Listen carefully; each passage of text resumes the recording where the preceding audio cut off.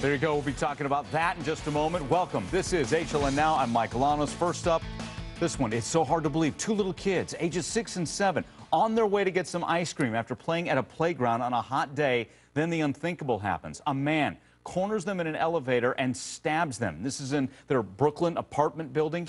6-year-old Prince Joshua Avito killed 7-year-old Michaela Caper, still in the hospital fighting for her life. And the scariest part here is the person who did this is still out there. Now an entire community is searching for the killer. Oh, the pain and just the look on their face. It's just unthinkable grief going on there. Joining us to talk about this, how are you going to find this killer, criminal defense attorney and also former police officer Philip Holloway. I mean, look at these pictures. Look at the toothless grin. That's little Prince Joshua. He's gone, and Michaela's fighting for her life.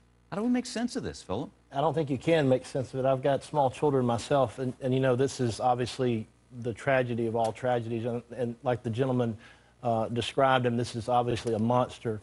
I think that what the police are probably having to do right now is they're looking at every possibility, but they can't rule out that this is some kind of serial killer, because if this person truly has no connection to either of these children or the 18-year-old that potentially he murdered shortly prior to this, you've got a real problem with a potential serial killer, because they're all young people. They're senseless. They're seemingly random. They're done with a knife.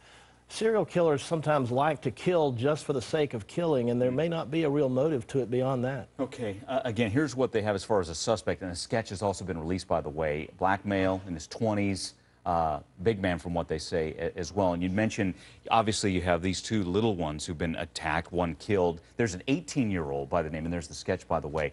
18-year-old Tanai Grant stabbed just a few blocks away Friday night. So you're thinking immediate link, right? Well, I'm thinking that if I'm the investigator, I'm going to check that out, because if they're consistent with each other, if it's random, stranger on stranger, you've got a relatively young person here. If it's a similar weapon like a knife, you cannot ignore those as just coincidences. They may very well be connected, and I guarantee you the police are exploring that very closely. Okay. And how, on an investigative front, how do you go about it?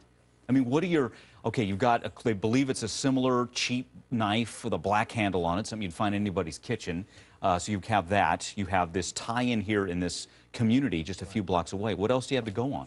Well, they're going to take this sketch and they're going to go house to house, block to block, to try to see if they can get anybody who can give them a name of somebody that it resembles. And then they're going to start looking into those backgrounds of those names. They're going to run criminal histories to see if you have any violent offenders or things like that that might fit that description. And that's going to be where they're going to start. Okay. You know, when you look at little PJ Avito, Prince Joshua here, and we're finding out that he has a famous family member who's grieving as well. Chicago Bulls forward Taj Gibson, and Taj Instagrammed a picture of this little guy, and there it is there. Just another picture, another moment where we take it in, that this little guy, and we've seen that. That looks like one of your kind of kindergarten graduation type pictures, and the little guy's gone.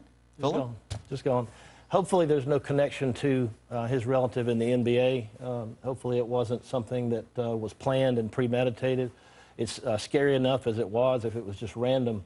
But it seems to me that it was just a monster on the loose. Just a terrible story. We'll stay on top of this investigation. Philip, thanks again. We'll chat with you in just a little bit.